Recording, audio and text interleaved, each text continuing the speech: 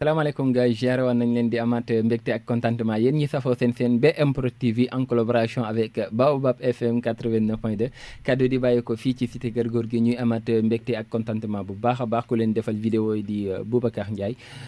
tey nag dañuy def pause ci li nga xam ne moom moo nekkoon suñu formation Prisme Live Studio tey dañuy ñëw waxtaanee li nga xam ne moom mooy TikTok ñun ñëpp xam nañ ni Afrique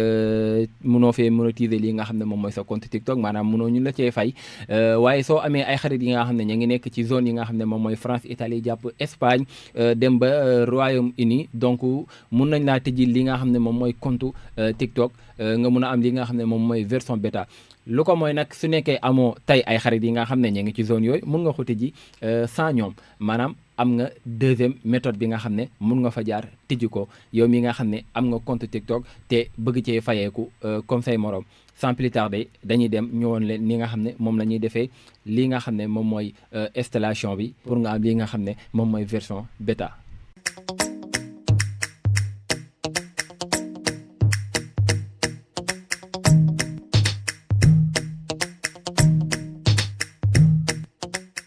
ok yow mi nga xam ne yaa ngi may suivre donc soo duggee fii nga xam ne moom mooy suma description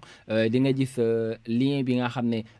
moom ngay télécharger li nga xam ne moom mooy TikTok plugin soo ko télécharger ba pare parce que ñaari lien la benn bi TikTok plugin la benn bi TikTok la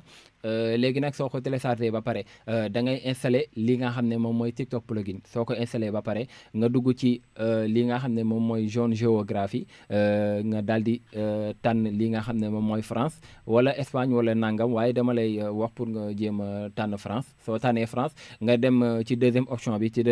nag da nga koy activer soo ko activer après nga génn da nga koy activer pare nga génn soo génnee nga dem ci TikTok bi nga xam ne moom nga jëlee suma lien bi daal di ci dugg soo ci duggee dafay mel ni nag da ngay créer compte bu bees pour nga bàyyi ko xel maanaam compte bi nga amoon existé tul doxatul léegi da ngay créer compte bu bees compte bi ngay créer nag donc cela veut dire nekkatoo léegi Sénégal yow yaa ngi France pour ñu bàyyi ko xel maanaam sooy connecté wu jàppal ni nekkatoo Sénégal France nga nekk te il suffit que nga tijji li nga xam ne moom mooy compte bi da ngay gis ni donc comme Sénégal tey par exemple su nekkee fii nga tijjee sa compte soo ko tijjee rek da ngay gis nit ñu ci gën a siiw wala vidéo yi nga xam ne ñoo gën a siiw fii ci Sénégal donc moom la lay woon mais su nekkee da nga tijji compte bii ma lay wax nii ba pare soo ko tijjee da ngay gis tamit ñi gën a siiw ci zone France bi donc seeni vidéo la leen di woon donc ay amis françaises ngay am et cetera pour nga xam ni donc actuellement nag génn nga Sénégal yaa ngi France mais nag nan nga mun a xamee donc ni actuellement sa version nekk na version méta da ngay dugg ci 3 traits soo duggee ci 3 traits nga wàcc ci création première option bi soo ko bësee di nga wàcc soo ko bësee nga wàcc di nga gis version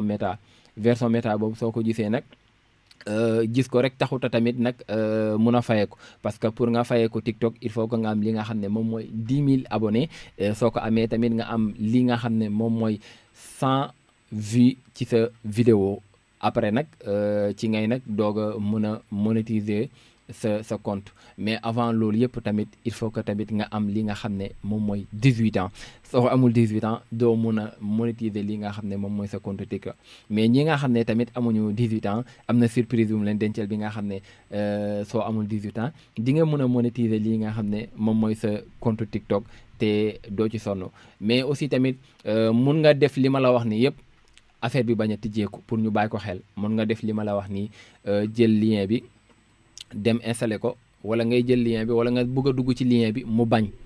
su nekkee da nga dugg ci lien bi mu bañ donc bul sonal sa bopp da ngay dem ci li nga xam ne moom mooy Play Store soo demee ci Play Store nga télécharger VPN buñ naan Tomato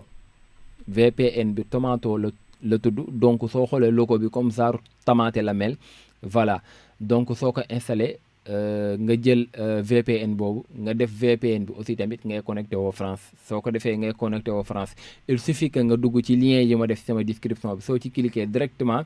da lay yóbbu fi nga xam ne di nga mun a télécharger tey lii nga xam ne moom mooy application yu ma la wax nii donc foog naa ne loolu moo nekkoon tey li nga xam ne indi leen nañ leen ko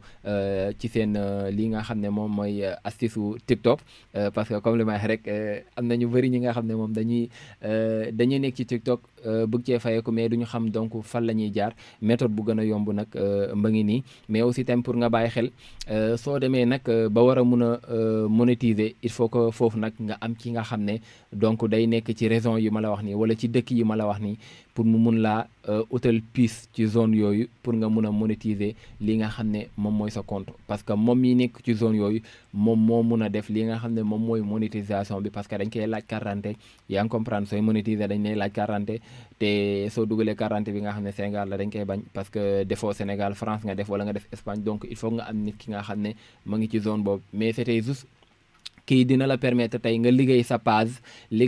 ba sa page am doole après nag nga xool ki nga xam ne am nga confiance ci moom ki nga xam ne xam nga ni soo ko joxee sa compte dina la defal monétisation bi parce que monétisation bi yomb na c'était juste day remplir rek yow yaay liggéey bi yëpp ba xam ne am nga tey 10 000 abonnés 100 000 vues nga jox ko nag mu defal la monétisation bi moom loolu donc la ci defal après nag nga xool donc ci yan compte nga ko mun a fayee ak yan compte nga mun a